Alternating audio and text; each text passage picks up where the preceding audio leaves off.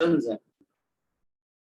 Time to time competitive exam में constraint motion से related बहुत सारे क्वेश्चंस बनाए जाते हैं और पूछे जाते हैं। सिर्फ बच्चे को ये पता होना चाहिए उस वक्त कंस्ट्रेंट मोशन को अप्लाई कैसे करें।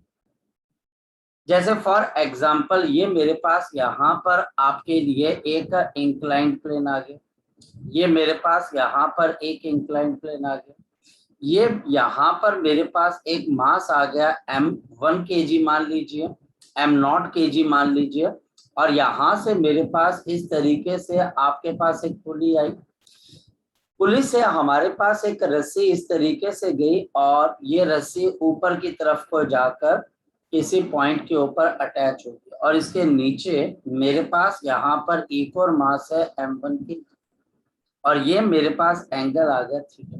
ओके, ये एंगल मेरे पास आ गया थीटा के बराबर। नो सपोज कि टीचर मुझे बोलता है अगर आप इस पूरे सिस्टम के मोशन को पढ़ें, ऐसे क्वेश्चंस हमारे पास बहुत सारे, और इस सिस्टम को अगर आप पढ़ते हैं तो डिफरेंट मासेस की एक्सेलरेशंस क्या होगी तो वो निकालना, और रस्सियों में टेंशन क्या होगी ये निकालना। तो सबसे पहला काम आता है हमारे पास हमारा डिसीजन, हमारे पास हमारा डिसीजन सिस्टम कहाँ चलेगा। इस सिस्टम को ये m1g की फोर्स नीचे खींच रही है और यहाँ पर m0 into g into sine theta नीचे की तरफ को खींच रही है। ये नॉर्मल रिएक्शन मेरे पास आ गया n और ये मेरे पास आ गया m0 इंटू जी, m0 इंटू जी, और ये मेरे पास यहाँ पर क्या चीज आ जाएगी, this will be equal to m0 g, और ये मेरे पास एंगल थीटा, तो ये आपके पास cos ऑफ थीटा। यहाँ पर टेंशन टी, ये टेंशन टी, यहाँ पर टेंशन टी, ये टेंशन टी, ये टेंशन टी और ये टेंशन टी। इसके बाद ये रस्सी जुड़ी हुई है, इस वजह से ये टेंशन टूटी और ये टेंशन टूटी। डिसीजन आपके पास m0 जी साइन थीटा बड़ा कि m1 जी बड़ा। सपोज मैं मान लेता हूँ ये क्वेश्चन कहाँ से, ये भी बता देता हूँ, ये ओरिजिनल क्वेश्चन HC वर्मा में से वॉल्यूम 1 से। तो मान लेते हैं कि m1g जो मास है ये हमारे पास बड़ा है और ये हमारे पास a एक्सेलरेशन से नीचे गिर रही है बॉडी, ये m1g की बॉडी, और इस मास के साथ 2t की टेंशन लगी हुई है, तो दूसरा मास ऊपर की तरफ को जाएगा और दूसरे मास के साथ टेंशन t लगी हुई है, 2t और t। तो अब इसकी एक्सेलरेशन क्या हो जाएगी, तो हमारे पास इसकी एक्सेलरेशन 2 मल्टीप्लाइड बाई ए हो जाएगी, इसकी एक्सेलरेशन हमारे पास 2 मल्टीप्लाइड बाई ए हो जाएगी। फिर समझिए रस्सी बच्चे हमारे पास टेंशन टी प्रोवाइड कर रही है तो टेंशन 2 है, रस्सी अगर 2t की टेंशन दे रही है तो एक्सेलरेशन ए, क्योंकि पिछली बार भी मैंने आपको एक कंस्ट्रेंट इक्वेशन समझाई थी। एक कंस्ट्रेंट क्या बच्चे मैंने आपको कंसेप्ट समझाया था कि tension multiplied by acceleration, tension multiplied by acceleration, इन दोनों का प्रोडक्ट आपके पास क्या होना चाहिए, इन दोनों का प्रोडक्ट आपके पास क्या होना चाहिए, कांस्टेंट होना चाहिए, इन दोनों का प्रोडक्ट आपके पास कांस्टेंट होना चाहिए। इसलिए 2t इंटू ए, 2t इंटू ए, तो यहाँ पर t इंटू 2a, यानी कि अगर मैं दोनों तरफ से देखता हूँ तो 2t into A should be equal to t multiplied by 2a। दोनों तरफ का प्रोडक्ट आपके पास सेम है, अगर ये प्रोडक्ट सेम नहीं है तो ये सिस्टम काम नहीं करेगा। अब आता है इसके बाद second decision, equation of motion बनाना। अगर मैं m1 kg की बॉडी को देखता हूं तो ये मास नीचे गिर, इस वजह से मेरे पास m1g minus of 2t is equal to क्या आ जाएगा, हमारे पास आ जाएगा मास इनटू एक्सेलरेशन। ऊपर वाली बॉडी को देख लेते हैं, अगर हम ऊपर वाली बॉडी को देखें तो मेरे पास क्या आएगा, t minus of m0 g into sine of theta, क्योंकि m0 g sine theta oppose कर रहा है is equal to m0 multiplied by 2 into. और अब इन दो इक्वेशंस को मुझे सॉल्व करना, कैसे सॉल्व करेंगे, हम फर्स्ट इक्वेशन और सेकंड इक्वेशन को सॉल्व कैसे करेंगे, हम सेकंड इक्वेशन को मल्टीप्लाइड बाय क्या कर देते हैं बच्चे, 2 कर देते हैं। अगर सेकंड इक्वेशन को मल्टीप्लाइड बाय 2 कर देंगे तो 2t minus of 2m0g into sine of theta is equal to मेरे पास कितना आ जाएगा 4m0 इंटू ए। अब हम फर्स्ट और थर्ड इक्वेशन को आपस में ऐड कर देते हैं। हम फर्स्ट और थर्ड इक्वेशन को आपस में ऐड कर देंगे तो हमारे पास क्या चीज आ जाएगी, मेरे पास आ जाएगा m1g minus of 2m0 into g into sine of theta is equal to, इनको आपस में ऐड कर देंगे तो a कॉमन आ जाएगा and m1 plus of 4m0 ये हमारे पास आ जाएगा।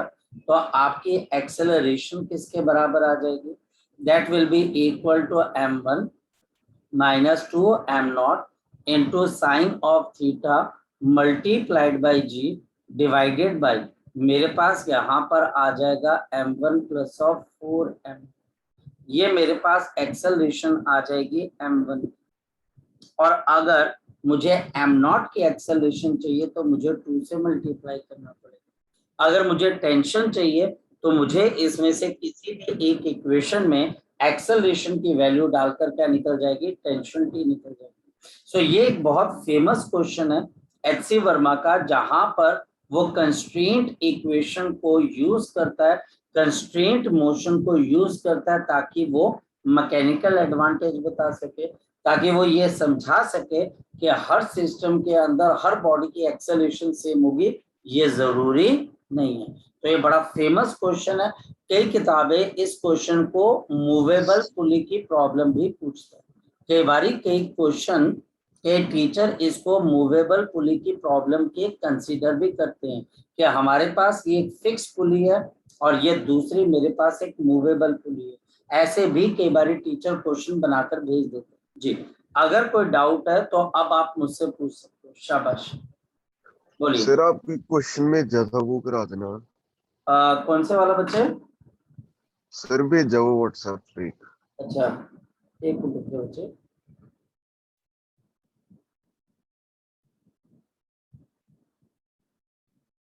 Okay, so platform has the mass capital M, of the mass is small m. What is the force applied by the man so that the system remains at rest? पहले इसको बताओ बच्चे, ये हो गया बच्चे आपसे, ये हो गया बच्चे आपसे, पहले तो बताओ बच्चे, ये हो गया बच्चे, ये वाला मैं यस सर। स्क्रीन आगे कर लूं बेटा, स्क्रीन आगे कर लूं बच्चे।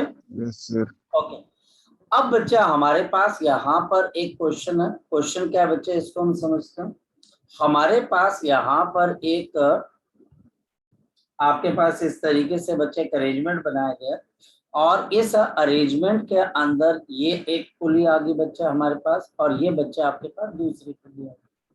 यहाँ पर मेरे पास एक और पुली है बच्चे और आपके पास एक और पुली है और नीचे की तरफ बच्चा हमारे पास यहाँ पर एक प्लेटफॉर्म आ गया, ये बच्चा आपके पास प्लेटफॉर्म आ गया और हमारे पास यहाँ पर इस तरीके से ये आपके पास इसको जोड़ा गया, एक रस्सी यहाँ पर लगाई गई है और ये बच्चा आपके पास रस्सी को इस तरीके से यहाँ पर जोड़ दिया गया और बच्चा हमारे पास यहाँ पर ये रस्सी लगाई गई है बच्चा और ये रस्सी को यहाँ पर जोड़ दिया गया और तो कोई कनेक्शन नहीं है। इसका मास स्मॉल m kg का है और बच्चा हमारे पास यहाँ पर इसका मास कैपिटल M kg का। ओके, ये पर्सन यहाँ पर अगर कोई फोर्स लगाता है तो रस्सी में टेंशन T डेवलप हो जाएगी।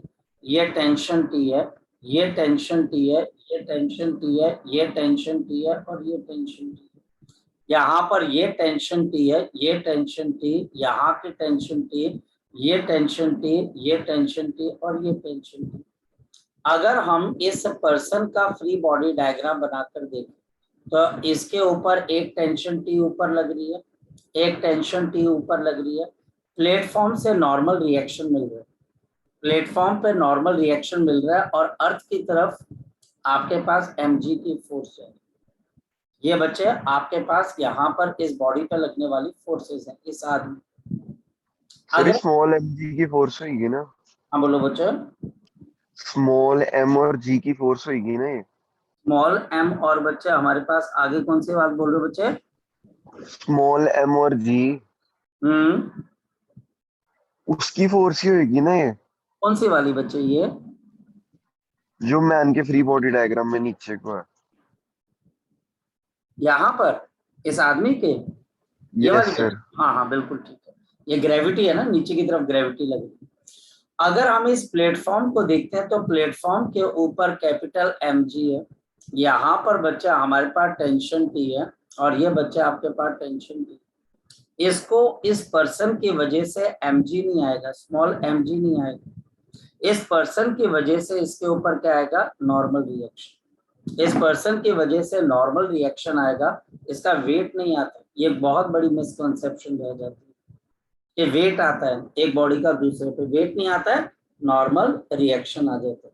अगर मैं आदमी के इक्विलिब्रियम की बात करूं तो n+2t is equal to small m जी।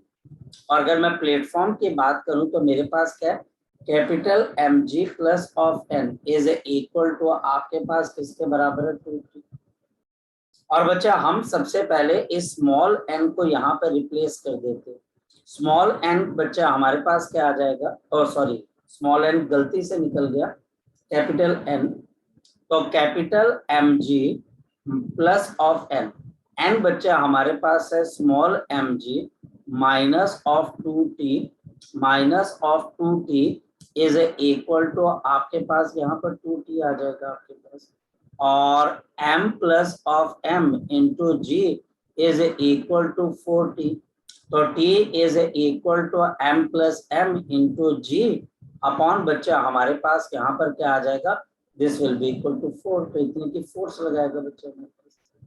ठीक है, कोई डाउट रह गया इसके अंदर? कोई बच्चे कोई और बोल बेटा, कोई डाउट रह गया बच्चे इसमें से? बोलो सर ये बोलो। वो वैल्यू है, ये the force applied by the man. बिल्कुल बच्चे, क्योंकि यह आदमी जब फोर्स लगाएगा तभी तो रस्सी में टेंशन प्रोड्यूस होगी ना बच्चे। अगर ये आदमी ओके फोर्स सर। ढीला छोड़ देगा तो रस्सी पे तो सबसे पहले असर किस पे पड़ेगा? टेंशन पे पड़ेगा ना। तो ये नीचे यस फोर्स सर। लगाएगा तो रस्सी खींचेगी, खींचेगी तो टेंशन होगी। तो tension is the measurement of the force. ठीक है बेटा? ठीक बेटा, और कोई डाउट बच्चे? Yes sir. पक्का श्योर है? चले आगे। Yes sir. किसी और बच्चे का कोई डाउट? चलो, तो ये बच्चा हमारे पास यहाँ पर इस तरीके से, ये भी एक आपके पास क्वेश्चन हो गया, बढ़िया क्वेश्चन है, इक्विलिब्रियम वाला क्वेश्चन है। इन सभी क्वेश्चंस के अंदर एक जो कॉमन सेंस है ना बच्चे, वो ये आ जाती है कि शायद जो वेट है वो दूसरे प्लेटफॉर्म पे लग रहा है। वेट कभी नहीं जाता बच्चे, हमेशा आपका नॉर्मल रिएक्शन जाता है, वेट कभी नहीं जाता। अगर ये क्वेश्चन सॉल्व नहीं होते हैं तो सिर्फ इसी वजह से नहीं होते जब हम आदमी का वेट प्लेटफॉर्म के वेट में ऐड कर देते। प्लेटफॉर्म के वेट में आदमी का वेट ऐड नहीं होगा, आदमी की नॉर्मल रिएक्शन जो है बच्चे वो ऐड। ठीक, चलें आगे। इसके बाद बच्चा हमारे पास फिर एक क्वेश्चन है। ये क्वेश्चन बच्चा अगेन हमारे पास एचसी वर्मा में से, ये एक रस्सी है, इसको यहाँ पर लगा दिया गया। यहाँ पर हम आगे की तरफ हो गए। इस प्रॉब्लम को बच्चे हमने, इस प्रॉब्लम को हमने जब आईआईटी के अंदर देखा तो ये दो तरीके से पूछी गई थी। ये बच्चा हमारे पास यहाँ पर आ गया, और ये पीछे हमारे पास एक ये मूवेबल पुल, और ये मास आ गया बच्चे। ये मास आ गया mkg का, ये भी mkg का। आईआईटी के अंदर जो ओरिजिनल प्रॉब्लम पूछी गई थी वो आपके पास क्या थी, जो कि इसके अंदर का एक और वर्जन था। What is the force exerted, force exerted, force exerted by the pulley, bye the pulley, what is the force exerted by the pulley on the clamp, on the clamp, on the clamp. What is the force exerted by the pulley A, by the pulley A on the clamp? ये जो clamp लगाया जाता है बच्चे, इसके ऊपर ये पुली आपके पास कितनी फोर्स लगा रही है। ये क्वेश्चन आईआईटी के अंदर पूछा गया था बच्चे। ओरिजिनल क्वेश्चन एचसी वर्मा में से था। एचसी वर्मा के क्वेश्चन के अंदर एचसी वर्मा के क्वेश्चन के अंदर ये सेकंड पार्ट था जो आईआईटी के अंदर पूछा गया था। एचसी वर्मा के अंदर इस क्वेश्चन के दो पार्ट थे। पहला, what is the acceleration of the system, acceleration of the system, पहला तो ये था बच्चे, और दूसरा ये पार्ट था, force exerted by the pulley A on the clamp, जिसको आईआईटी के अंदर पूछा गया था। स्टार्ट करते हैं बच्चे। यहां पर पहला डिसीजन, ये मास का वेट mg नीचे लगेगा और इसकी वजह से यहाँ पर टेंशन T लग जाएगी, ये टेंशन T लग जाएगी, ये टेंशन T लग जाएगी, ये टेंशन T लग जाएगी, ये टेंशन T, ये टेंशन T। यहाँ पर T प्लस T आपके पास क्या आ जाएगा, शाबाश बोलो बच्चे, 2T। ये भी आपके पास कितना आ जाएगा बच्चे, हमारे पास 2T आ जाएगा। अब बताओ बच्चे, अगर ये मास, क्योंकि फ्रिक्शन कहीं नहीं, अगर ये मास सिस्टम को नीचे की तरफ को गिरा रहा है with the acceleration A, with the acceleration A, ये वाला मास आगे जाएगा। अब आपको क्या लगता है कितनी एक्सेलरेशन से आगे जाना चाहिए, ये कितनी एक्सेलरेशन से आगे जाना चाहिए, ये टी टेंशन ए एक्सेलरेशन से अगर इसको आगे लेके जा रही है तो ये 2T बच्चा हमारे पास इसको कितने एक्सेलरेशन से आगे लेके जाएगी, शाबाश बोलो बोलो, हाफ है, हाफ ऑफ ए। क्यों बच्चे हाफ ऑफ ए के साथ लेके जाएगी बच्चे, क्योंकि एक्सेलरेशन और टेंशन का जो प्रोडक्ट है बच्चे वो हमारे पास क्या होना चाहिए, सेम होना चाहिए। जब भी आपको मूवेबल पुली नजर आए किसी भी सिस्टम में, थोड़ा कॉन्शियस हो जाना और दोनों मासेस को स्टडी करना, टेंशन T एक्सेलरेशन A, तो tension 2T acceleration A/2 multiply करके देख लीजिए, 2T multiplied by question mark is equal to T multiplied by A। तो बच्चा हमारे पास question mark is equal to A/2, तो ये A/2 की एक्सेलरेशन है। अब क्या रह गया, अब तो बच्चों वाली चीज रह गई बच्चे, कैसे, नंबर 1, अगर मैं इस मास को स्टडी करूं तो 2T minus of 0 is equal to mass into बच्चा हमारे पास एक्सेलरेशन, इज इक्वल टू बच्चा हमारे पास mass into acceleration. Second one, अगर मैं इस मास को स्टडी करता हूं तो बताओ क्या आ जाएगा, शाबाश बोलो, mg minus of t is equal to mass into acceleration, ये आ जाएगा। यहां से t की वैल्यू किसके बराबर है आपके पास, ma/4, t is equal to ma divided by 4, ma divided by 4, और इसकी वैल्यू यहाँ पे डाल देंगे तो mg is equal to ma plus of ma/4, तो जल्दी बोलो क्या क्या आंसर आ जाएगा हमारे पास, 5ma/4। मास से मास कैंसिल हो जाएगा तो एक्सेलरेशन कितने के बराबर आ जाएगी, 4g/5 मीटर पर सेकेंड स्क्वायर। ये एक्सेलरेशन आ जाएगी इस मास की, इस मास की एक्सेलरेशन 4g/5। तो बताओ ऊपर वाले मास की एक्सेलरेशन कितने के बराबर है, ऊपर वाले मास की एक्सेलरेशन कितने के बराबर है, ऊपर वाले मास की एक्सेलरेशन आ जाएगी 2g/5, ऊपर वाले मास के एक्सेलरेशन कितने के बराबर आ जाएगी, 2g divided by 5, 2g divided by 5, ये बात खत्म हो जाती है।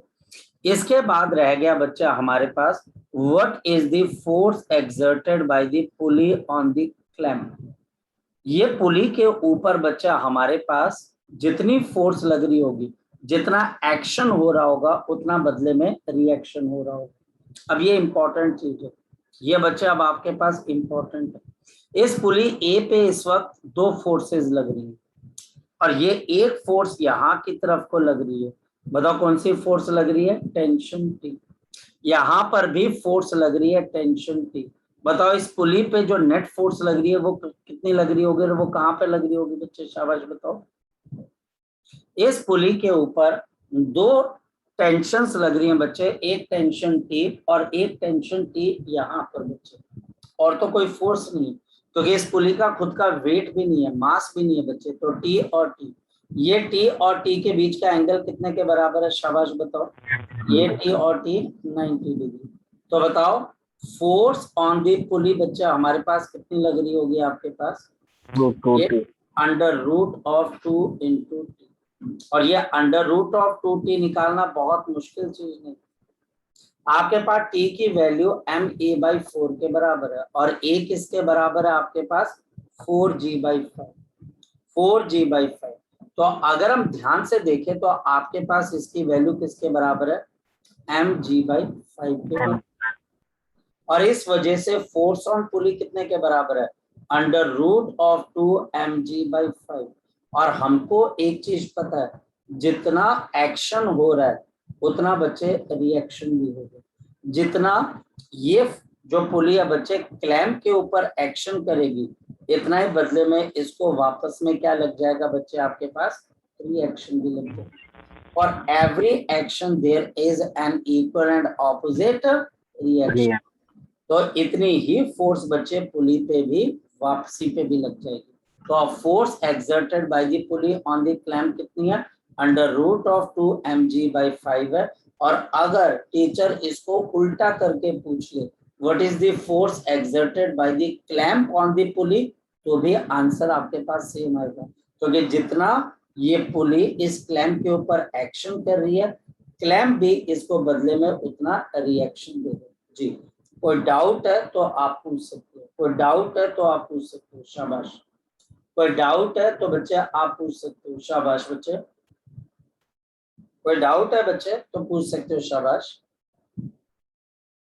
है कोई डाउट बेटा? पक्का श्योर? पक्का श्योर बच्चे? Yes sir. अच्छा, इसके बाद बच्चा हमारे पास यहाँ पर फिर से ये क्वेश्चन बच्चा आईआईटी के अंदर पूछा गया था, लेकिन आपने एक नए तरीके से पूछा गया था।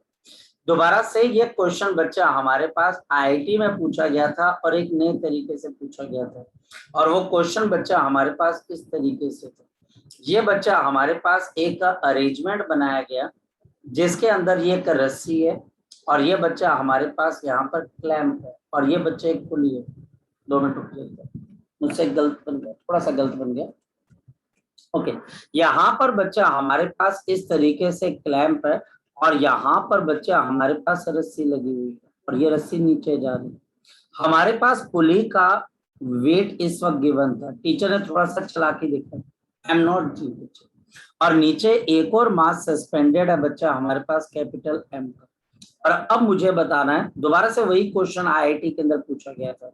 ये क्वेश्चन दोबारा से फिर आईआईटी के अंदर पूछा गया था। The force exerted by the clamp on the pulley, by the clamp on the पुली, यानी कि क्लैंप जो है बच्चे पुली के ऊपर कितनी फोर्स एक्सर्ट करेगी। ये क्वेश्चन बच्चे दोबारा से पूछा गया और इस क्वेश्चन को करना कैसे, अगेन वही तरीका, लेकिन एक छोटी सी मॉडिफिकेशन इसमें आनी थी। कोई बच्चा बता सकता है क्या मॉडिफिकेशन आनी थी? नंबर 1, ये सिस्टम इक्विलिब्रियम पे है, तो नंबर 1 बच्चा आपके पास टेंशन टी किसके बराबर है कैपिटल mg के बराबर। यहाँ पर बच्चा हमारे पास कैपिटल mg के बराबर है, ये बच्चा हमारे पास यहाँ पर कैपिटल mg के बराबर है, टेंशन टी। नंबर 1। नंबर 2, अगर आप इस पुली को देखें तो इस पुली पे अब एक टेंशन टी यहाँ काम कर रही है और एक टेंशन टी नीचे काम कर रही है, प्लस बच्चे एक और फोर्स नीचे काम कर रही है। बताओ कौन सी फोर्स नीचे काम कर रही है बच्चे? m0। ये बच्चा हमारे पास यहाँ पर इनके ऊपर ये वेरियस फोर्सेस काम कर रही है और इसी वजह से therefore the force on the clamp, जो क्वेश्चन बच्चे आईआईटी में फिर दोबारा पूछा गया तो उसका आंसर फिर कैसे देना था बच्चे, एक फोर्स लग रही है t² हॉरिजॉन्टल प्लस ऑफ बच्चा हमारे पास m0g प्लस ऑफ बच्चे t का होल स्क्वायर। और ये हमने ऐसे क्यों ऐड किया, क्योंकि इन सभी फोर्सेस का नेट जो एंगल है बच्चे वो 90 डिग्री के बराबर। अब बताओ फाइनल आंसर कैसे देना आपने बच्चे? Final answer will be under root of m²g² plus of बच्चा हमारे पास m0g प्लस ऑफ बच्चा हमारे पास mg का आपके पास क्या आ जाएगा होल स्क्वायर। और ये बच्चा हमारे पास इस क्वेश्चन का आंसर आ था। ये क्वेश्चन भी अगर आप प्रीवियस ईयर देखें तो आपको कहीं ना कहीं दिख जाएगा बच्चे। तो हमारे पास बच्चे क्वेश्चन आते रहे, क्वेश्चन इसी तरीके से आएंगे। हाँ, ये जरूर है बच्चे कि थोड़ा सा टीचरों का इंटरेस्ट जो है वो थोड़ा चेंज हुआ है। अब टीचर इलेक्ट्रिसिटी मैग्नेटिज्म को ज्यादा इंटरेस्ट से देखता है, और मिक्स्ड जिस अब टीचर जो है वो इंटरडिसिप्लिनरी, यानी कि अगर आपको इलेक्ट्रिसिटी के अंदर टीचर मैकेनिक्स का कॉन्सेप्ट पूछे वो आना चाहिए, टीचर मैकेनिक्स के अंदर बच्चे थर्मोडायनेमिक्स का कॉन्सेप्ट डाल देगा। टीचर अब चाहता है कि कोई भी बच्चा, पहले क्या करते थे कि हम भी बच्चों को बोलते थे अच्छा ये टॉपिक करके चले जाओ, ये टॉपिक करके चले जाओ, लेकिन अब बच्चे सिवाय मॉडर्न फिजिक्स को छोड़ के और ऑप्टिक्स को छोड़ के, ऑप्टिक्स भी अब धीरे धीरे बच्चे वो इसमें पंगे लेने लग गए हैं टीचर। अब जो है बेटा ऐसा हो गया मॉडर्न फिजिक्स को छोड़ के कि टीचर सिंपल हार्मोनिक मोशन के अंदर ऑप्टिक्स की प्रॉब्लम डाल देगा, ऑप्टिक्स के अंदर इलेक्ट्रिसिटी मैग्नेटिज्म की प्रॉब्लम डाल देगा, यानी कि वो चीजों को क्या करने लग गया, मिक्स करने लग गया। और ये ना सिर्फ फिजिक्स है बच्चे, मैथमेटिक्स के अंदर भी बच्चे ऐसा हो जाएगा, यानी ये ज्यादा अप्लाइड साइंसेज है। केमिस्ट्री थोड़ी अप्लाइड कम है, ऑर्गेनिक का बच्चा हम अगर पोर्शन छोड़ दें, लेकिन बच्चे अगर आप मैथ्स और फिजिक्स देखें बच्चे तो ये अप्लाइड है। और इस अप्लाइड के अंदर टीचर इंटीग्रेशन के अंदर परमुटेशन कॉम्बिनेशन डाल देगा, प्रोबेबिलिटी डाल देगा। यहाँ पर टीचर हो सकता था बच्चे कहीं चार्ज लेके आ जाए, कहीं पर बच्चे प्रोजेक्टाइल मोशन लेके आ जाए, तो आपको इसके लिए हर कॉन्सेप्ट की छोटी छोटी तैयारी आपकी होनी चाहिए, यानी बहुत बड़े लेवल का क्वेश्चन करने के लिए तैयारी बहुत छोटे छोटे लेवल पे होनी चाहिए। ठीक है, चलिए कोई डाउट है तो बच्चे पूछिए, वरना हम आगे चलते हैं। कोई डाउट है तो बच्चे आप पूछिए, वरना हम आगे की तरफ को चलते हैं। शाबाश, पूछो बेटा, शाबाश। और टीचर से बच्चे इंटरेक्ट करते रहे, टीचर ही आपको बच्चे यहाँ पर एक बात बता पाएगा, जो आपकी क्वेरी होती है वो बच्चे रेफरेंस पॉइंट होती है, वो एक आपके पास टीचर के लिए थ्रेशोल्ड होता है कि यहाँ से बच्चे को हम सिखाना शुरू करेंगे।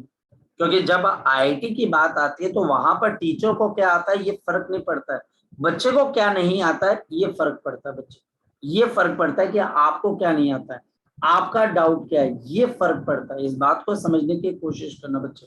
मैं फिर आपको यहीं पर एक पॉइंट बार बार कहता हूं बच्चे, ये बच्चा हमारे पास जो मेहनत है बेटा ये लगातार और कंसिस्टेंट होती है, बच्चे हमारे पास कंसिस्टेंट होती है, और आपको लगातार मेहनत करनी पड़ती है, सारी चीजें सेक्रीफाइस करनी पड़ती हैं, और क्वेश्चन लगातार पूछने पड़ते हैं, लगातार पूछने पड़ते हैं बेटा।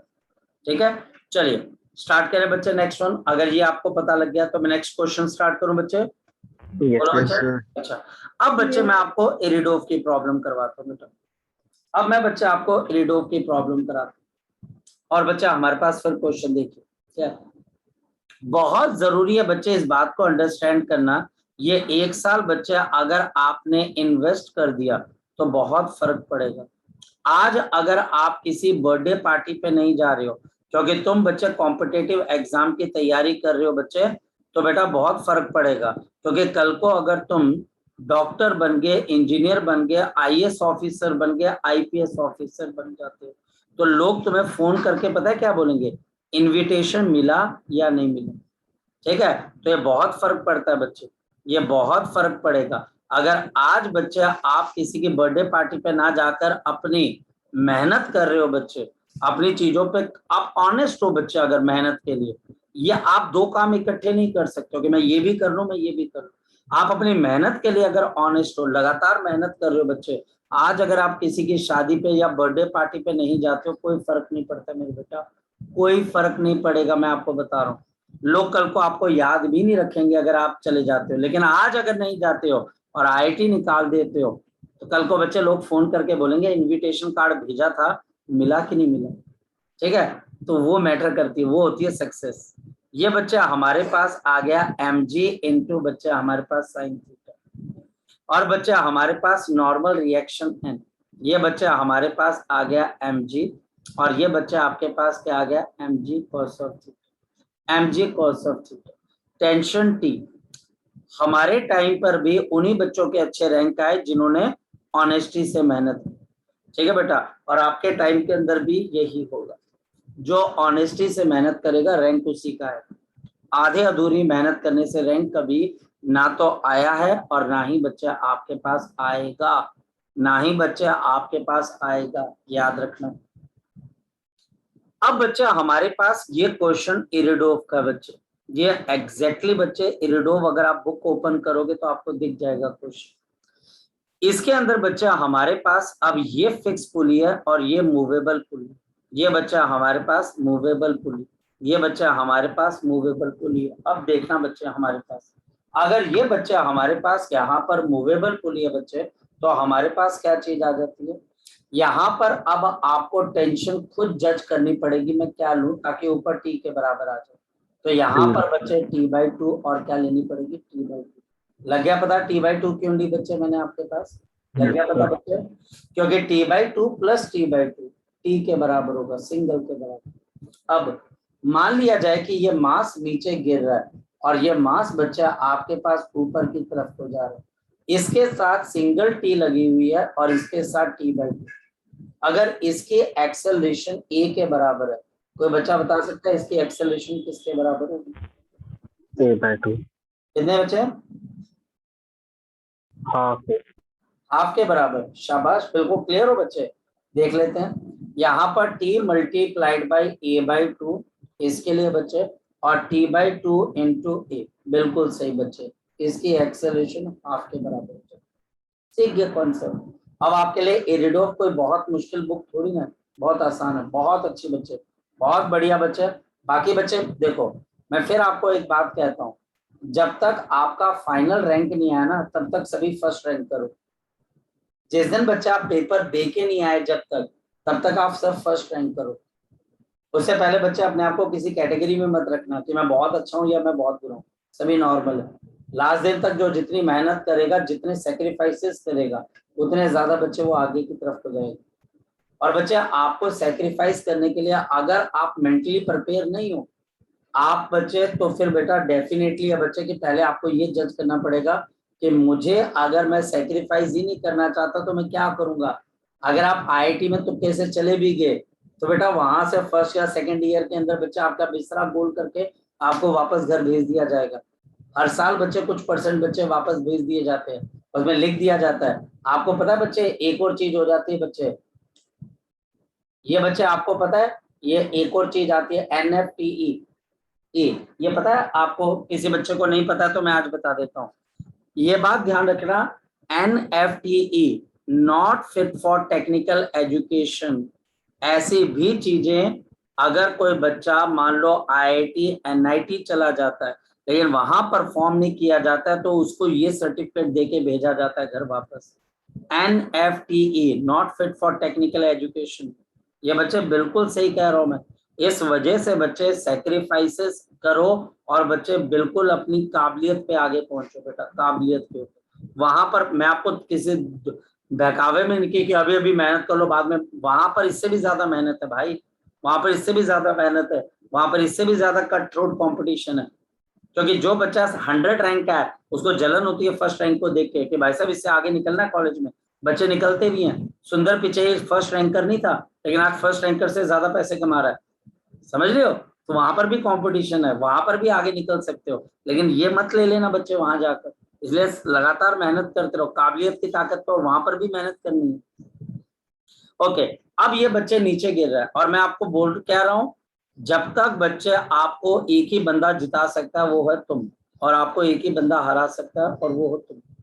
बस इस बात को दिमाग में रखना। और तुम सब फर्स्ट रैंकर आज भी हो और उस दिन तक रहोगे जब तक आप पेपर नहीं देके, उस दिन तक तुम फर्स्ट रैंक करो, याद रखना। कभी अपने आप को किसी कम मत समझो। T minus of mg sine of theta, ये बच्चा हमारे पास आ जाएगा and this is equal to m into बच्चा हमारे पास a/2। अब बच्चे इसको सॉल्व करना है। मैं आपको दिमाग से एक बात निकलवाना चाहता हूँ कि इरिडोव कितनी आसान बुक है। अब एक तरीका है बच्चे, ऊपर वाले को किससे मल्टीप्लाई कर दो बच्चे 2 से, बताओ क्या आ जाएगा 4mg minus of t is equal to 4mk। नीचे कितना आ जाएगा बच्चा हमारे पास, शाबाश बोलो बच्चे, ये बच्चा हमारे पास आ जाएगा t minus of mg sine of theta is equal to ma/2। शाबाश। फिर बच्चों देखो तुम्हारे ऊपर मुझे कॉन्फिडेंस है, तो तुम्हें अपने ऊपर कॉन्फिडेंस क्यों नहीं है? पहले एक बात बताओ मुझे तुम्हारे सब पे, एक एक बच्चे पे नाज है, एक एक बच्चे पे कॉन्फिडेंस है, तुम्हें भी कॉन्फिडेंस होना चाहिए। ठीक है, डांट पड़ती है मुझसे अलग बात है, लेकिन बच्चे डांट आपके फायदे के लिए। 9ma/2 आंखें खुले रखकर मेहनत करनी है ना बच्चे हमने। और बच्चे अगर हम इसको सॉल्व करते हैं तो कितना आ जाएगा बच्चे हमारे पास?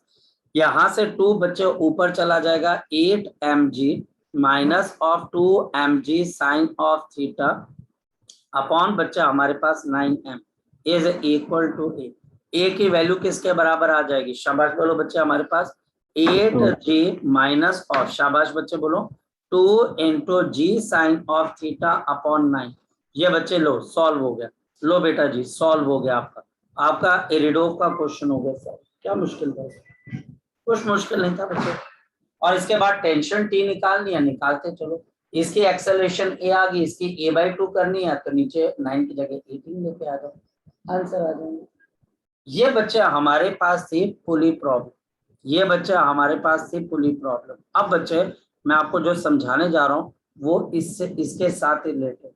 अब बच्चे ये है वेज कंस्ट्रेंट प्रॉब्लम। अगेन ये नीट में नहीं आएगा, जेई मेंस के अंदर आ सकता है बच्चे। बहुत साल हो गए बच्चे आए हुए, और जब बच्चे बहुत साल हुए आए हुए तो 2 प्रोबेबिलिटीज होती हैं। एक, ये बहुत सालों से नहीं आया तो नहीं आएगा, सर छोड़ के चले जाएं। और दूसरा, सर बहुत साल हो गए सर नहीं पूछा गया, हो सकता है कि आ जाए। तो दोनों तरफ चलते हैं। खैर वेज कंस्ट्रेंट्स क्या बोलते हैं बच्चे, इसको ध्यान से समझ। वेज कंस्ट्रेंट्स बच्चा हमारे पास कहीं पर ये आपके पास आ जाता है कि normal reaction multiplied by acceleration constant रहेगा। Normal reaction multiplied by acceleration constant, ये बच्चा हमारे पास इसका बेसिक फंडामेंटल प्रिंसिपल है। ये बच्चा हमारे पास कांस्टेंट रहे, ये हमारे पास यहाँ पर कांस्टेंट रहेगा। इसके ऊपर एक क्वेश्चन है बच्चे एचसी वर्मा में भी, और एचसी वर्मा साहब को पता है कि वन ऑफ द टफेस्ट आपके पास बच्चे एग्जाम्पल है, one of the toughest concept है। तो एचसी वर्मा साहब ने भी उसको सॉल्व एग्जाम्पल पे दिया है, अनसॉल्व में उन्होंने इसके ऊपर बेस्ड कोई भी क्वेश्चन नहीं, एक भी क्वेश्चन नहीं दिया, सॉल्व ही दिया, अनसॉल्व नहीं दिया बच्चे। वेज कंस्ट्रेंट्स बच्चा हमारे पास कैसे आते हैं, ध्यान से समझना, फोकस करना बच्चे। हमारे पास यहाँ पर इस तरीके से एक ट्रायंगुलर वेज है, फ्रिक्शन कहीं नहीं, फ्रिक्शन बच्चा हमारे पास कहीं नहीं, और हमारे पास यहाँ पर एक रॉड लगी हुई है। ये रॉड बच्चा हमारे पास ऐसे है बच्चे, ये रॉड इस तरीके से, ये रॉड ऐसे है बच्चा हमारे पास, और ये रॉड नीचे की तरफ को गिरी। इसका मास बच्चा हमारे पास m kg के बराबर है, और इसका मास है बच्चा हमारे पास स्मॉल m kg के बराबर, स्मॉल m kg के बराबर। यहाँ पर एक रेलिंग नेटवर्क है। इस रेलिंग नेटवर्क से क्या होता है बच्चा हमारे पास, ये रॉड बच्चा आपके पास वर्टिकली सीधी सीधी नीचे की तरफ को जाएगी। अब एक बात बताओ, जब ये रॉड नीचे की तरफ को गिरेगी तो ये बड़े वाला ट्रायंगुलर वेज कहाँ की तरफ को जाएगा? शाबाश, कहाँ? लेफ्ट हैंड साइड पे जाएगा, राइट हैंड साइड पे जाएगा, या फिर बच्चे एज इट इज रहेगा? जैसे जैसे ये नीचे की तरफ को गिरेगा बच्चा हमारे पास, ये वाली रॉड, एक्सेलरेशन ऑफ रॉड नीचे की तरफ को होगी, ये ट्रायंगुलर वेज कहाँ पर जाएगा बच्चे, बताओ शाबाश? Left side. ये बच्चा आपके पास लेफ्ट हैंड डायरेक्शन के अंदर जाएगा, ये लेफ्ट हैंड डायरेक्शन के अंदर जाएगा, और इसकी एक्सेलरेशन AW। अब यही तो बच्चे हमको फिजिक्स में समझना, अगर एक सिस्टम में 2 बॉडीज प्रेजेंट है तो दोनों के एक्सेलरेशन का रिलेशन है। अभी तक हम पुली प्रॉब्लम कर रहे थे, अब हम सबसे टफेस्ट प्रॉब्लम पे आ गए, which is the ways constraint. करें कैसे? मैं आपको तरीका बताता हूँ, जो मेरा तरीका है बच्चे उससे आपका क्वेश्चन बड़ी जल्दी निकल कर आएगा। देखते हैं यहाँ पर अगेन मैं आपको बता देता हूँ, ये क्वेश्चन आपको एरिडोव के अंदर और बच्चे एचसी वर्मा में सिर्फ एक एग्जांपल लिया, एचसी वर्मा साहब ने भी ज्यादा पंगे नहीं लिए इससे, आपको एरिडोव के अंदर ये वाली प्रॉब्लम दिख जाएगी, और मैं इसके बेसिस पे आपको 2 प्रॉब्लम्स और करवा दूंगा। यहाँ पर बच्चा हमारे पास नॉर्मल रिएक्शन लगती है। यहाँ से एक और कॉन्सेप्ट क्लियर होता है नॉर्मल रिएक्शन का। ये नॉर्मल रिएक्शन बॉडी के क्या लगती है बच्चे, परपेंडिकुलर। अगर वेज की वजह से रॉड पे नॉर्मल रिएक्शन आ रही है तो यहाँ पर बच्चा हमारे पास नॉर्मल रिएक्शन यहाँ पर भी आ जाएगी, नॉर्मल रिएक्शन ये एन आ जाएगी। यहाँ पर नॉर्मल रिएक्शन के कितने कंपोनेंट्स बन जाएंगे हमारे पास, बताओ जरा मुझे। दो बन जाएंगे, दो बन जाएंगे। ये एंगल थीटा, तो ये एंगल थीटा 90 माइनस थीटा, और ये आ गया थीटा। ये आपके पास कौन सा आ गया, एन साइन थीटा।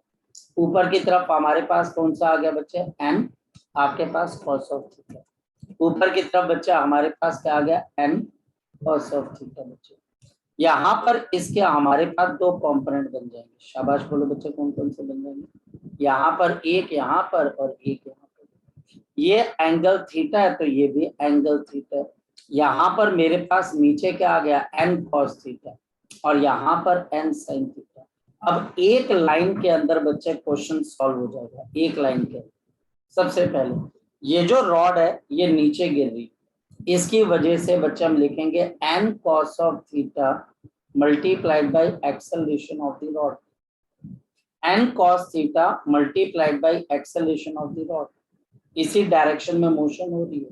और दूसरी तरफ बच्चा हमारे पास क्या आ जाएगा, N sine theta multiplied by acceleration of the wedge. इन दोनों का प्रोडक्ट बच्चा हमारे पास क्या रहेगा, कांस्टेंट रहेगा। आप परपेंडिकुलर वाला कंपोनेंट कभी भी नहीं लेते, आप हमेशा अलोंग द मोशन वाला कंपोनेंट लेते। आप हमेशा अलोंग द कंपोनेंट वाला बच्चा, अलोंग द मोशन वाला कंपोनेंट लेते हो, नॉर्मल रिएक्शन वाला। A W N sine theta, acceleration of rod नीचे है तो एन कॉस थीटा ऊपर की तरफ है। एन से बच्चा हमारे पास एन कैंसिल हो जाएगा। So what will be the acceleration of the rod, शाबाश बोलो बच्चे किसके बराबर है, this is tangent of theta multiplied by the acceleration of the wedge, multiplied by the acceleration of the wedge। ये आपके पास आ जाता है। कई किताबें या कई बच्चे आपके एग्जामिनर आपको यहीं पर छोड़ देते हैं, वो बोलते हैं कि what is the relation between the acceleration of the rod and the acceleration of the veg.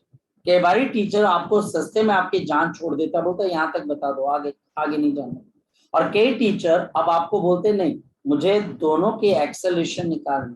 सबसे पहले रॉड को पढ़ के देखो, यह रॉड की मोशन कहाँ की तरफ को हो रही है, आपके पास नीचे की तरफ।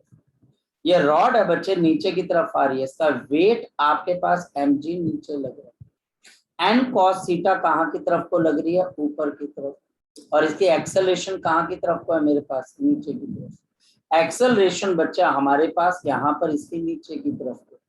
बताओ क्या इक्वेशन बन जाएगी मेरे पास, mg minus N cos of theta is equal to mass multiplied by acceleration of the rod, mass multiplied by the acceleration of the rod.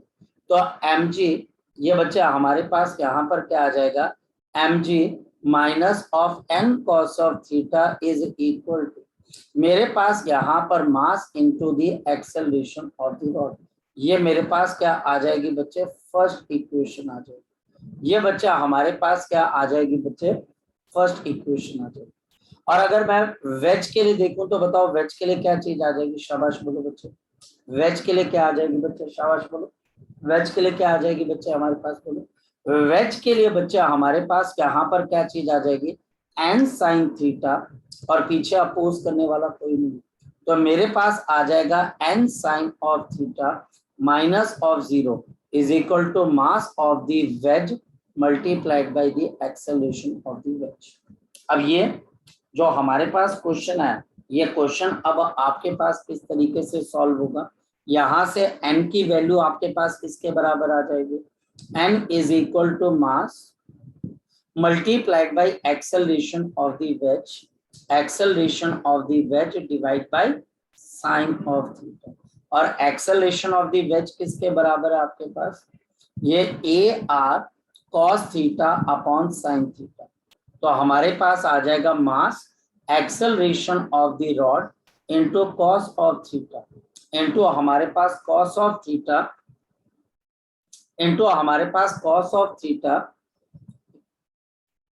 यहाँ पर देखते हैं हमारे पास यहाँ पर n की वैल्यू आपके पास किसके बराबर आ गई, मास और divided by sine of theta into acceleration of the veg.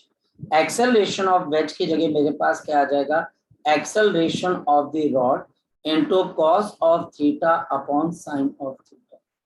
तो यहाँ पर मेरे पास n की वैल्यू इसमें सब्स्टिट्यूट हो जाएगी। जब इसमें सब्स्टिट्यूट हो जाएगी तो मेरे पास क्या आ जाएगा, mg माइनस n की जगह बच्चा हमारे पास capital M acceleration of the rod into cos square theta upon sine square theta and this is equal to mass of the rod into acceleration of the rod. अब इसको दूसरी तरफ लेके जाना, अगर हम दूसरी तरफ लेके जाते हैं तो हमारे पास क्या आ जाती है, मास mg इज इक्वल टू आपके पास एक्सेलरेशन ऑफ रॉड कॉमन आ जाएगा और ऊपर मेरे पास क्या चीज आ जाएगी, कैपिटल M और बच्चे cos square theta upon sine square theta और आपके पास यहाँ पर प्लस ऑफ क्या आ जाएगा, स्मॉल ऑफ, ये आपके पास। तो acceleration of the rod will be mg upon आपके पास यहाँ पर क्या आ जाएगा, साइन स्क्वायर थीटा ऊपर की तरफ को चला जाएगा साइन स्क्वायर थीटा और नीचे आ जाएगा m cos square of theta plus of small m into sine square theta.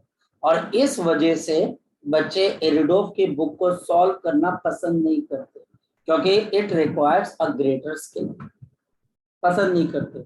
और जो करना चाहते हैं बच्चे उनको ये वाले कॉन्सेप्ट्स की बच्चे पहचान होनी जरूरी है, तो वो क्वेश्चन को फटाफट कर पाते हैं। तो अगर देखा जाए तो इरिडोफ एक कल्ट बुक यानी कि एक ऐसी बुक क्यों बन चुकी है जिसको हमेशा अगर आप किसी भी टॉपर के इंटरव्यू में पूछो कि आपने कौन सी बुक फॉलो की थी तो टॉपर बोलता है जी मैंने इरिडोफ बुक को सॉल्व किया था। इट रिक्वायर्स योर अटेंशन, आपकी अटेंशन कौन सीख कर रहा है ये बहुत मैटर कर रहा है बच्चे, क्या आपकी अटेंशन, आप कैसी अटेंशन सीख करवा रहे हो। यहाँ पर इरिडोफ आपकी 101% अटेंशन सीख करती है। ये नहीं है बच्चे कि आप ये क्वेश्चन करने बैठे, आप उठ के टीवी का कोई प्रोग्राम देख लिया और फिर बच्चे दोबारा से क्वेश्चन सॉल्व कर लिया, ऐसा नहीं होगा। ये क्वेश्चन बच्चे आपके 101% बच्चे रिक्वायरमेंट है। अब वो बच्चा जिस मर्जी बच्चे बैकग्राउंड से आता हो, किसी अच्छे बच्चे बहुत अच्छे बैकग्राउंड से आता हो, नॉर्मल बैकग्राउंड से आते हो या जिस मर्जी बैकग्राउंड से आता है, उसका जो पैशन होगा बच्चे उससे बच्चे ये क्वेश्चन सॉल्व होगा।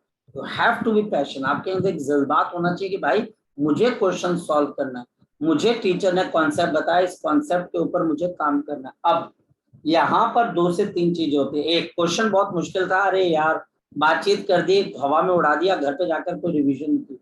एक, मुझे क्वेश्चन समझ में आ गया फिर भी मुझे रिवाइज करना है। एक, मुझे क्वेश्चन थोड़ा थोड़ा समझ में आया मुझे रिवाइज करना है। और एक, मुझे क्वेश्चन समझ में नहीं आया इसलिए मुझे टीचर से बात करनी है। ये अब आप पे डिपेंड करता है कि आप अगर इस क्वेश्चन को आप घर पे जाकर नहीं देखोगे बच्चे, 4 दिन के बाद ये क्वेश्चन आपके दिमाग में रहेगा ही। और फिर बच्चा आप इस क्वेश्चन को फिर बोलते अरे सर ये हुआ ही नहीं दोबारा, आपने इसको घर पे जाकर दोबारा फिर देखना। और अगर कोई कॉन्सेप्ट की क्लैरिटी नहीं होती है दोबारा फिर पूछना, इसमें तो कोई मुश्किल बात थोड़ी ना दोबारा पूछने के अंदर। जी फिर भी वो आप ठीक लोग ठाक की वैल्यू कैसे आई थी साइड पे? क्या बच्चे बोलो, शाबाश। मतलब जहाँ पे ट्रायंगल के हाइपोटेन्यूज से बाहर को निकल रहा है नॉर्मल रिएक्शन, वहाँ पे थीटा कैसे आया था? अच्छा वहां पर थीटा कैसे है, चलो मैं देख लेता हूँ बच्चे। क्योंकि ये एंगल बच्चा हमारे पास थीटा, तो ये एंगल थीटा है ना बेटा, यस सर। और ये एंगल थीटा, तो ये कितना है बच्चे, ठीक है सर, आ गया, समझ आ गया। ठीक है बेटा। और ये बच्चे क्योंकि ये ऑल्टरनेट ऑपोजिट है तो ये बच्चे एंगल थीटा और थीटा।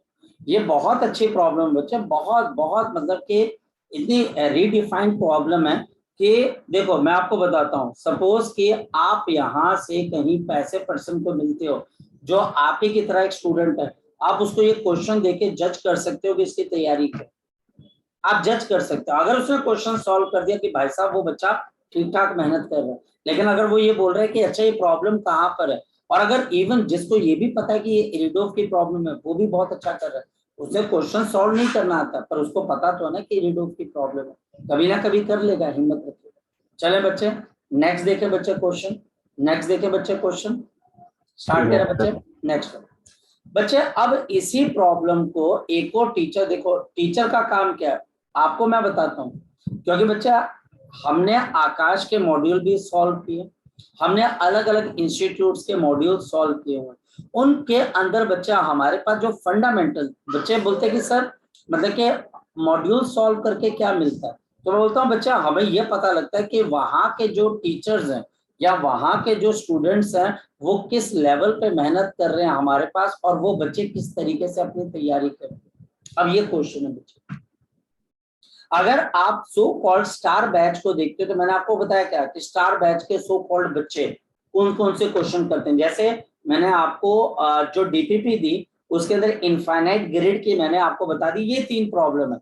अब वही 3 प्रॉब्लम को स्टार बैच के अंदर बच्चे 1 साल 2 साल बनाकर बना दिया जाता है और उसको करने का तरीका भी बता दिया जाता है। अब वो स्टार बैच का बच्चा आके आपको थोड़ी ना बोलेगा किस क्वेश्चन को करना इतना ईजी है, बोलेगा वो। अगर वो आप मान लो कि आपका कोई दोस्त है स्टार बैच का, आपको इनफाइनाइट ग्रिड आप पूछने के, वो बहुत मुश्किल है, बहुत ऐसा वैसा, वो आपको कभी सही तरीका बताएगा ही, क्योंकि अगर उसने आपको बता दिया कि 2 are divided by number of lines हैं तो बेटा आपने तो 2 मिनट में कर लिया, वो बोलेगा ले तो वो स्टार बैच में कुछ बताते ही नहीं है, क्योंकि वो तुम्हारी पहुंच के बाहर है, वो स्टार बैच तुम्हारी पहुंच के बाहर है। और वो स्टार बैच में मुश्किल प्रॉब्लम्स इजी तरीके से करवाई जाती हैं, तो तुमको लगता है पता नहीं क्या करवाया जाता है, कुछ नहीं करवाया जाता है। वहां पर भी तुम्हारे जैसे बच्चे हैं, वो स्टार बैच तक पहुंचना मुश्किल होता है, उसके बाद वही चीजें करवाई जाती है जो नॉर्मल मैंने आपको बताई है बच्चे उसके अंदर। ये बच्चा हमारे पास एंगल, बच्चा आपके पास है थीटा। अब देखो बच्चे, अब ये बच्चा हमारे पास है, अब ये देखो अब आपके पास क्या आ गया, ये mg नीचे गिर रहा है, ये mg जब नीचे गिरेगा ये, और ये आपके पास m, आपके पास चलो कैपिटल M ले लो और इसको कैपिटल एम नॉट ले लेते हैं बच्चे। बताओ बच्चे अगर ये बड़ी वाली रॉड नीचे गिरेगी तो ये वेज कहाँ की तरफ को भागेगा, बताओ शाबाश। ये नीचे गिरेगा तो ये वेज कहाँ की तरफ को भागेगा बच्चे, बोलो शाबाश। लेफ्ट। लेफ्ट की तरफ को, क्योंकि जैसे जैसे नीचे गिरेगा इसको अपनी लेंथ, यही कंस्ट्रेंट है, रिस्ट्रिक्शन है बच्चे, कि जैसे जैसे नीचे गिरेगा बच्चे ये अपनी जगह बनाएगा, क्योंकि इसको तो अपनी लेंथ के बराबर की जगह चाहिए, तो ये बच्चे इसको धक्का मारेगा कहाँ की तरफ को, इस डायरेक्शन में। ये बच्चा हमारे पास इसके ऊपर धक्का मारेगा इस डायरेक्शन में। प्रॉब्लम तो यही है ना बच्चा, हमारे पास इस एक्सेलरेशन ऑफ वेज और इस एक्सेलरेशन ऑफ रॉड के बीच का रिलेशन क्या, जरा चेक कर लेते हैं। बोलो बच्चे, यहाँ पर मेरे पास क्या डेवलप हो जाएगी, नॉर्मल रिएक्शन, बदले में बच्चे दूसरा भी आपके पास यहाँ पर क्या दे देगा, नॉर्मल रिएक्शन। यहाँ पर नॉर्मल रिएक्शन के 2 कंपोनेंट बन जाएंगे, एक यहाँ पर और एक यहाँ पर बच्चे हमारे पास। दूसरी तरफ भी बच्चे नॉर्मल रिएक्शन के 2 कंपोनेंट बन जाएंगे, एक यहाँ पर और एक यहाँ पर बच्चे हमारे पास। शाबाश। अब बच्चे हमारे पास क्या है, ये एंगल थीटा, तो उसी तरीके से ये एंगल थीटा। अब बताओ बच्चे n cos थीटा AR, और यहाँ पर एंगल थीटा तो ये एंगल थीटा, और ये बच्चा हमारे पास क्या बन गया, शाबाश बोलो बच्चे, ये बच्चा हमारे पास बन जाता है n sin of theta, n sin theta, n cos of theta. ये बच्चा हमारे पास n बन गया और ये n बन गया। जरा बता दो बच्चे इनके आपके पास एक्सेलरेशंस के बीच का क्या रिलेशन है, तो n cos theta into acceleration of rod is equal to n sin theta into acceleration of the wedge. So therefore बच्चा हमारे पास क्या आ जाएगा, acceleration of the rod किसके बराबर आ जाएगा, tangent of theta into acceleration of the wedge। अब rod का बच्चे अगर मैं आपको इक्वेशन बनाने को बोलूं, शाबाश, रॉड के मोशन की इक्वेशन बनाने को बोलूं, बोलो क्या बन जाएगी आपके पास बच्चे, बताओ रॉड के क्या, बोलो mg, mg, mg, mg नीचे गिर रहा है, mg बच्चा हमारे पास नीचे गिर रही है, minus n cos theta is equal to mass into बच्चा एक्सेलरेशन ऑफ द रॉड। और अगर मैं वेज की इक्वेशन बनाने को बोलूं तो बताओ क्या बन जाएगी, शाबाश बोलो, n sin theta minus of 0 is equal to mass m not into acceleration of the wedge. ठीक, तो बच्चा n sin of theta is equal to m not, acceleration of wedge बच्चा हमारे पास किसके बराबर है बच्चे, दिस इज AR अपॉन बच्चा हमारे पास टेंजेंट ऑफ थीटा। ठीक। तो बच्चे n is equal to m not into acceleration of the rod. और बच्चे हमारे पास यहाँ पर क्या चीज आ जाएगी बच्चे, ये साइन अपॉन कॉस है बच्चे, तो आपके पास यहाँ पर sine square theta into cos of theta, value डाल देते हैं M ji minus of N, तो M naught into acceleration of the rod, ये acceleration of the rod into cos square theta upon बच्चा हमारे पास नीचे क्या आ गया साइन स्क्वायर थीटा। तो बच्चे मास m into acceleration of the rod, rest is the history बच्चे। mg is equal to acceleration of the rod, 1 plus of m plus of बच्चा हमारे पास m not into cos square theta upon sine square theta. और बच्चा अब आपके पास acceleration of rod किसके बराबर आ जाएगी, mg अपॉन आपके पास कितना आ जाएगा m into sine square theta plus of बच्चा हमारे पास m not cos square theta और साइन स्क्वायर थीटा बच्चे ऊपर की तरफ को चला जाएगा। अब अगर एक्सेलरेशन ऑफ रॉड आ गई है बच्चे, तो एक्सेलरेशन ऑफ वेज निकालना कौन सा बहुत मुश्किल है, इसको डिवाइड बाई बच्चे आपके पास tan थीटा ही तो करना है, तो आपके पास आंसर आ जाएगा जी। अब अगर किसी बच्चे का कोई डाउट है तो वो बच्चा मुझसे पूछ सकता है, शाबाश। अगर बच्चा हमारे पास किसी बच्चे का कोई डाउट है बच्चे, तो वो बच्चे मुझसे पूछ सकते हैं, शाबाश बच्चे, बोलो बच्चे, बोले बच्चे। अगर बच्चा हमारे पास किसी बच्चे का कोई, अगर बच्चा हमारे पास कोई भी किसी किस्म का बच्चा आपके पास यहाँ पर कोई डाउट है तो वो आप मुझसे पूछ सकते हो, शाबाश बच्चे, बोलिए, ठीक है। हाँ या ना तो बोल सकते हो कि हाँ सर आगे चले, या नहीं सर आगे नहीं चले, बोलो शाबाश। सर हो गया। ओके बच्चे, सो हमारे पास यहाँ पर आपके पास ये आगे की तरफ को चीजें आ जाती हैं, ये हमारे पास बच्चे कंस्ट्रेंट है। फिर मैं आपको बोलता हूँ बच्चे कंस्ट्रेंट जो है बच्चे नॉन मेडिकल के स्टूडेंट्स के लिए ज्यादा जरूरी है। अगर आप सेल्फ कॉन्फिडेंस बढ़ता है बच्चे, बात सिर्फ पता है क्या बच्चे, सेल्फ कॉन्फिडेंस बढ़ जाता है। मान लिया जाए कि आप एग्जाम से 2 दिन पहले आपका कोई दोस्त आता है, वो आपको ये प्रॉब्लम दे देता है, और उस वक्त मान लो ये प्रॉब्लम नहीं भी आनी, 1% मान लो कि नहीं भी आनी, आजकल कुछ भी कम जाती है, और मान लो कि वो बच्चे ने आपको दिखा दी प्रॉब्लम और आपको उस वक्त प्रॉब्लम नहीं आई, तो आपकी जितनी मेहनत थी ना बच्चे, आप उस वक्त एक उसमें चले जाओगे कि यार पता नहीं मैंने यार ये क्वेश्चन आ जाए, इस वजह से कॉन्फिडेंस आ जाता है और कुछ नहीं, एक बहुत अच्छा सा हमारे पास कॉन्फिडेंस आ जाता है। ओके तो बच्चे हमारे पास अब न्यूटन्स लॉज ऑफ मोशन के अंदर नेक्स्ट पॉइंट जो बच्चे हमारे पास आता है, बोलो बच्चे। सर वो टाइम 9:08 हो गया है। अब बच्चे बस मैं लास्ट पॉइंट ही बता रहा हूँ बच्चे। नेक्स्ट पॉइंट बच्चे हमारे पास न्यूटन्स लॉज ऑफ मोशन के अंदर आता है बच्चे फ्रिक्शन। जो फ्रिक्शन है बच्चा हमारे पास वो न्यूटन, मैं सिर्फ आपके दिमाग से एक वहम निकाल रहा हूँ कि न्यूटन्स लॉज ऑफ मोशन और फ्रिक्शन के अंदर कोई रोल नहीं है, ये सिर्फ एक एक्सटेंडेड फैमिली। और फ्रिक्शन बच्चा हमारे पास बहुत सिंपल से कॉन्सेप्ट के ऊपर बेस्ड है, और सर्कुलर मोशन भी न्यूटन्स लॉज ऑफ मोशन का ही पार्ट है। तो मैं हाईली रेकमेंड करता हूं कि अगर एचसी वर्मा आप सॉल्व कर सको तो बहुत बेहतर होगा। ठीक है बच्चे।